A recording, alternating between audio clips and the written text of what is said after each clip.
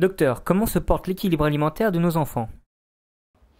On a eu deux étapes pour l'obésité des enfants. La première étape, ça a été une alerte sérieuse qui a été mise en 2004, où on s'est rendu compte qu'il y avait un pic de croissance de l'obésité qui était très inquiétant. Et une nouvelle, pas rassurante, mais un peu meilleure en 2006, quand on s'est rendu compte que la courbe, au lieu de monter de façon terrible en flèche, elle commençait à s'aplatir légèrement.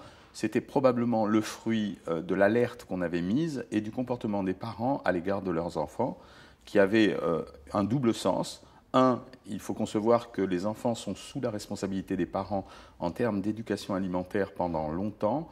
Il leur appartient donc de veiller à ce que leur alimentation, sur les repas qu'ils contrôlent, autant au petit déjeuner qu'au dîner et qu'au goûter, soit de bonne qualité, c'est-à-dire suffisante, de telle façon à ce qu'il n'ait pas faim, agréable en leur consentant quelques plaisirs et diversifiée pour assurer des éléments de santé essentiels.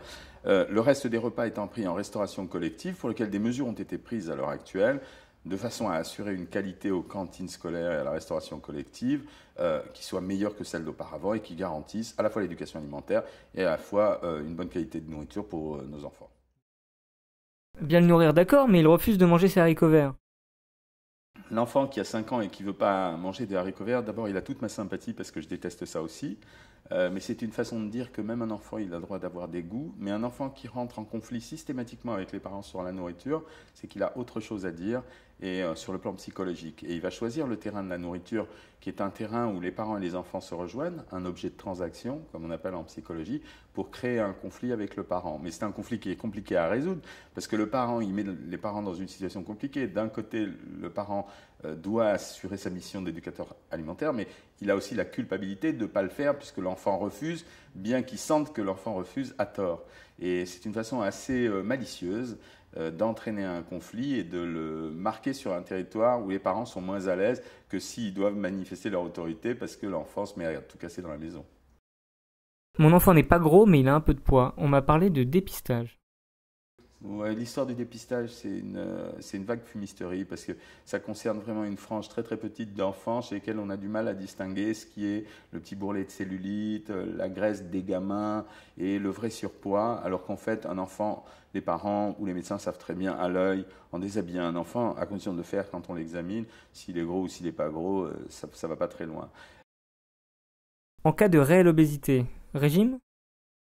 On ne peut pas commencer des régimes avant l'âge de 11 ans. C'est une stupidité parce que la priorité chez un enfant, c'est d'abord d'assurer sa croissance, celle de ses os, celle de son cerveau et celle de ses ovaires pour les petites filles. Donc les régimes restrictifs avant l'âge de 11 ans n'ont pas d'intérêt. Et le plus souvent, ce qui est utile, c'est la rééducation alimentaire, mais des parents, pour leur apprendre ce qu'il faut manger. Et le rôle des parents, c'est de mettre à table ce qu'il convient de manger, puisque l'enfant est sous leur responsabilité, de ne pas s'inquiéter s'il mange ou s'il ne mange pas. Il n'y a pas d'enfant qui se laisse mourir de faim. Et d'équiper les placards et le réfrigérateur correctement pour que même si l'enfant mange en dehors des repas, les produits qu'il va consommer soient vertueux. Face au problème d'obésité, pensez-vous que les mesures prises par l'État sont les bonnes? J'ai jamais entendu beaucoup de propositions. J'ai jamais entendu des solutions pratiques. J'ai jamais vu l'Éducation nationale développer un guide de la cuisine pour les enfants, ni des guides pour faire la cuisine à ses enfants, ni un petit document, simplement une bande dessinée pour former les enfants à la nutrition.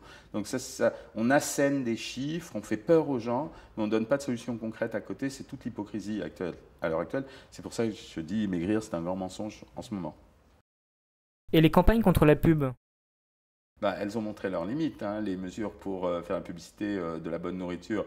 D'abord, les gens disent tous qu'ils confondent la publicité faite en faveur de l'aliment avec le bandeau. Donc, autrement dit, vous passez une bonne crème bien grasse et en dessous, vous mettez le bandeau. Il y a des gens qui pensent que c'est pour flatter cette crème.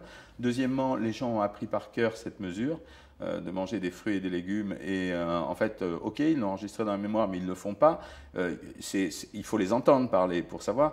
Donc je trouve qu'à un moment donné, il faut sortir du champ de l'hypocrisie et rentrer dans le vif du sujet, même quand on sait que les mesures qui sont prises sont inefficaces. Mais alors on va s'en sortir ou?